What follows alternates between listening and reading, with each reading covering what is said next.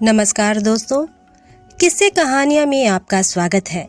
आज मैं आपके लिए लेकर आई हूँ एक ऐसी कहानी जो कि हमारे YouTube परिवार के ही सदस्य श्रीमान हर्षपाल जी ने लिखी है। कहानी का शीर्षक है अच्छा मूल्य चुकाया। कहानी में लेखक ने समाज की निष्ठुरता और गरीब की सत्यता, उदारता और प्रेम की भावना को प्रकट किया है। सावन का मौसम था। फूल मुस्कुरा रहे थे, कलियां खिल रही थीं। कभी कभी मंद बारिश की बूंदें दिखाई देती तो कभी विलुप्त हो जाती। आज प्रातःकाल से ही मूसलाधार वर्षा हो रही थी। घनश्याम बढ़ते हुए कदमों को तेज करते हुए अपने घर की ओर जा रहा था। उसका सारा शरीर कीचड़ से सना हुआ था। घनश्याम एक 14 वर्षीय बालक है। यह इस कहानी का नायक है। घनश्याम का जन्म पंडित राम प्रताप के यहाँ हुआ। वह एक गरीब ब्राह्मण थे।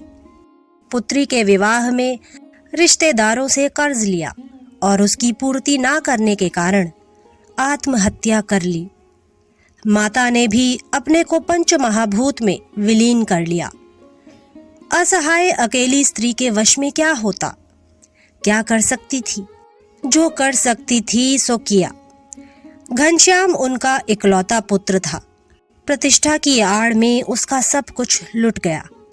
अब किसकी प्रतिष्ठा, किसका सम्मान? क्या यही जीवन है कि अपनी सम्मान और प्रतिष्ठा के लिए अपना सारा जीवन कुर्बान कर दें? अब कौन अपमान करेगा? इसका अपमान करेगा, उसका जो अभी संसार में नहीं रहा। किससे अपनी धन की वसूली करेगा? उससे जिसने अपने सम्मान और प्रतिष्ठा के लिए अपने जीवन को कुर्बान कर दिया। काल की दृष्टि बहुत ही भयानक होती है। ना जाने किस बात, किस दृश्य और किस विचार से वह हमारे प्रमाण छीन ले। काल का चक्र घनश्याम के जीवन पर ऐसा पड़ा कि कल तक जिसके साथ उसके माता पिता, उसका पूरा परिवार था, आज वह असहाय की भांति अपने जीवन रूपी एक पहाड़ को अपने कंधों पर उठाए हुए है। हाय, क्या खेल है तेरी माया का। जब तू देता है तो सारा संसार कदमों में रख देता है, और जब लेता है तो उम्र का ख्याल भी नहीं रखता। निष्ठुर बड़ी प्रवृत्ति है तेरी। वह किससे साथ जाए, किससे सहायता मांगे? यही सोचते हुए घनश्याम आगे बढ़ता जा रहा था। रात काफी हो चुकी थी। अकेले इस वीरान रास्ते पर चलना खतरे से खाली नहीं था। घनश्याम ने सोचा, कहीं आश्रय मिले तो आज की रात वहीं रुक जाऊं। उसने चारों ओर देखा। कुछ दूर जाकर उसे एक मकान दिखाई दिया। मकान की बत्ती जल रही थी।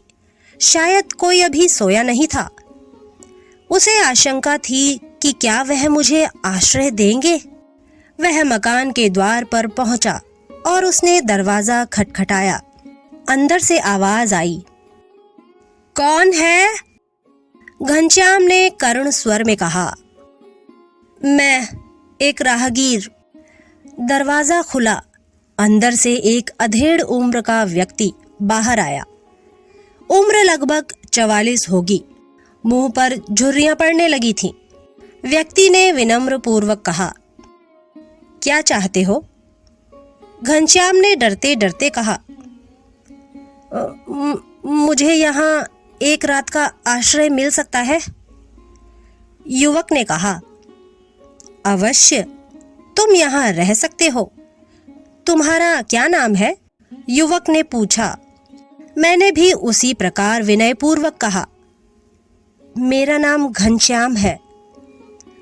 व्यक्ति मुझे अंदर ले गया। उसने प्रेम पूर्वक मेरा आदर किया। उसने अंदर जाकर कहा, भोजन करना चाहोगे?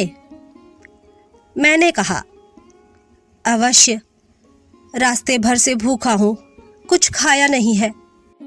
युवक ने कहा, अवश्य, मैं अभी लेकर आता हूं। युवक बाहर चला गया। मैं उस कमरे को देखने लगा। कमरा बड़ा विचित्र था।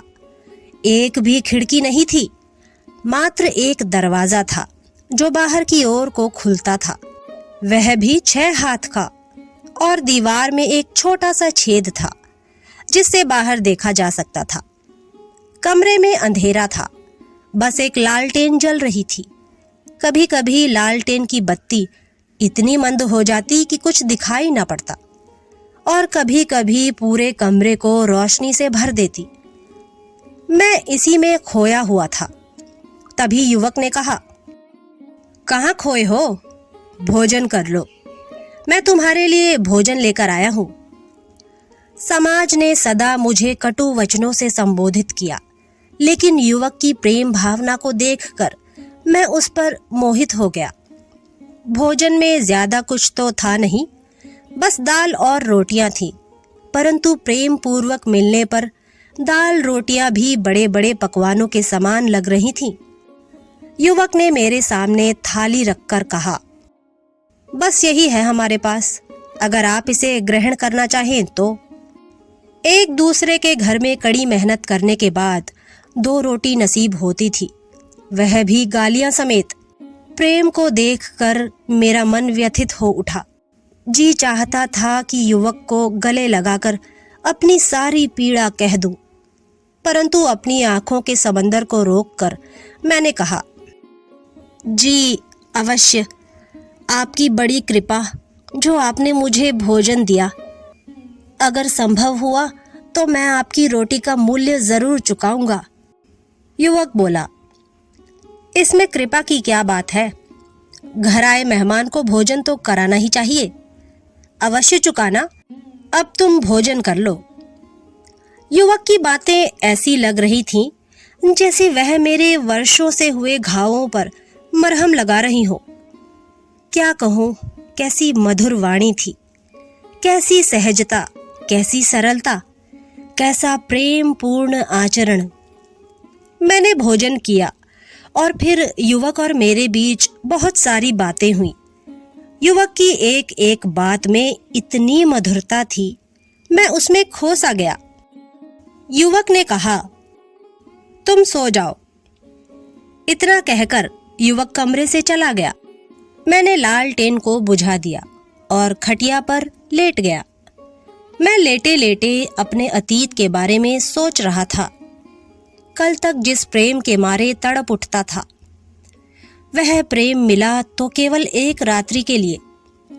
धन्य है तेरी माया, हे ईश्वर। अपने अतीत के बारे में सोचते सोचते न जाने कब मैं निद्रामग्न हो गया, कुछ पता ही नहीं चला। अकस्मात मुझे कुछ आवाज सुनाई दी और मेरी निद्रा भंग हो गई। मैंने उस आवाज को गौर से सुनने की कोशिश की। चलते कदमों की आवाज आ रही थी।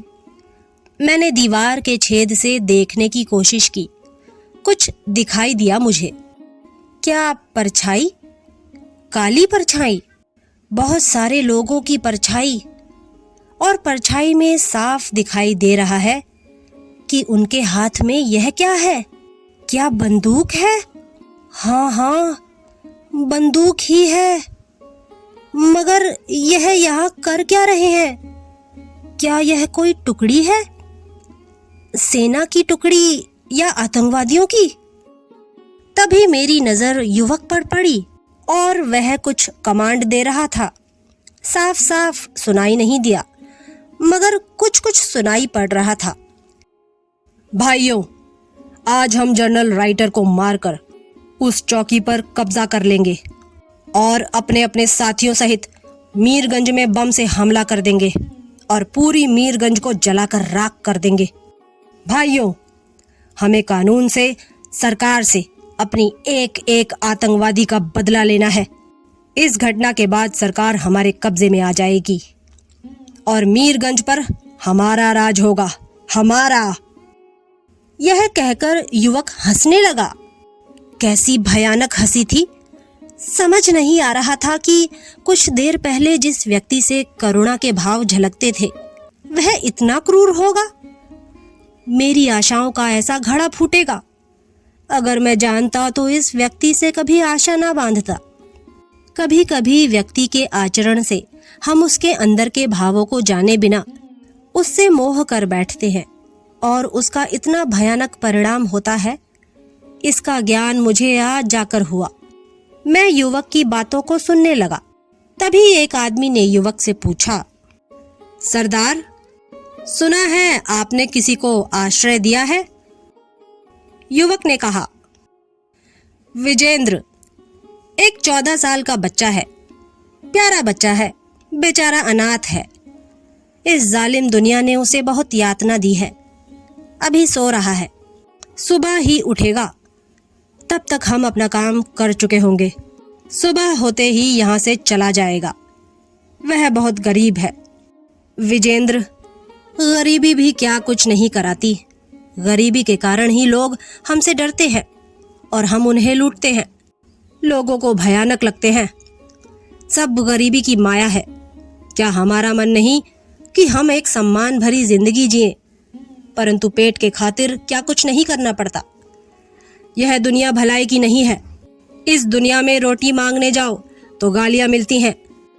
इसलिए इस जमाने में रोटी मांगनी नहीं, छीननी चाहिए। वही हमारा काम है। आज मुझे पहली बार लगा कि युवक की बात में सच्चाई है। भलाई करने जाओ तो बुराई मिलती है। युवक की कुछ मजबूरियां थी जिनकी वजह से उसे इस काम में आना पड़ा, परंतु काम तो और भी हो सकते हैं। मुझसे वहां खड़ा ना रहा गया। मैं खाट पर आकर बैठ गया। क्या कर सकता हूँ? मैं क्या करूं? क्या उस संसार को बचाऊं जिसने मुझे सदा गालियां दी हैं, सदा ठोकरें मारी हैं, मेरी अवहेलना की है, और उस व्यक्ति के साथ विश्वासघात करूं जिसने मुझे अपने प्रेम भाव से कृतार्थ किया, जिसने मेरे भूखे पेट को प्रेम से रोटी खिलाई, या उस व्यक्ति का साथ दूं जिसने मुझे प्रेम से आश्रय दिया? हे ईश्वर, 2 पल की खुशी दी और उसमें भी मुझे असमंजस में डाल दिया। तू ही मेरी सहायता कर। क्या उनकी जान बचाऊं जो मेरे कभी अपने ना हुए? क्या उसकी जान बचाऊं जिसने कभी मेरा साथ नहीं दिया? क्या उसके साथ रहूं जो 2 पल में ही मेरा हो गया? हाय, कैसी दुविधा है। कुछ समझ नहीं आता क्या करूं। क्या न्याय और धर्म के पद को ठुकरा दूं जिसे मेरे पिता ने मुझे विरासत में दिया था, या क्या उस विश्वास को धोखा दूं जो मेरी माँ ने मुझे सिखाया था? मैं इसी दुविधा में खाट पर बैठा सोच रहा था। कुछ देर बाद मेरे मन में विचार आया कि मैं भी इस सत्य और धर्म का साथ दूंगा जिसके कारण मेरे पिता ने अपनी जान दी। वे अपनी जान दे सकते हैं, तो क्या मैं एक व्यक्ति का विश्वास भी नहीं तोड़ सकता? मैं यही करूंगा, यही करूंगा।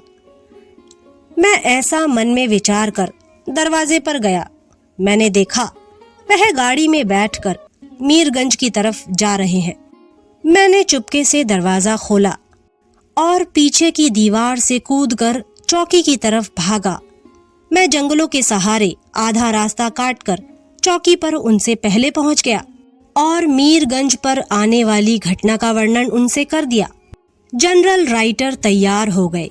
उन्होंने आक्रमण की सूचना अपने सैनिकों को दी। तभी उधर युवक और उसके सैनिक आ गए। दोनों तरफ से गोलियां बरसाई गईं। जब पुलिसकर्मी युवक और उनकी सेना पर भारी होने लगे तो युवक के सहयोगी उन्हें छोड़कर भाग गए। जनरल राइटर ने गोली युवक के कंधे पर मारी। युवक घायल होकर गिर पड़ा। पुलिसकर्मियों ने उसे चारों तरफ से घेर लिया। युवक की नजर मुझ पर गई। तब तो घायल अवस्था होने के कारण उसने कुछ नहीं कहा। अगले दिन युवक को कोर्ट में ले जाया गया। वहां युवक को फांसी का दंड मिला। कोर्ट के बाहर युवक ने मुझे देखा। उसके हाथ पैर जंजीरों से बंधे थे। उसने मेरी तरफ करुणा दृष्टि से देखा। उसके दुख को देखकर मेरी आंखों में आंसू आ गए। उसने हंसकर कहा, हाँ, अच्छा मूल्य चुकाया रोटियों का।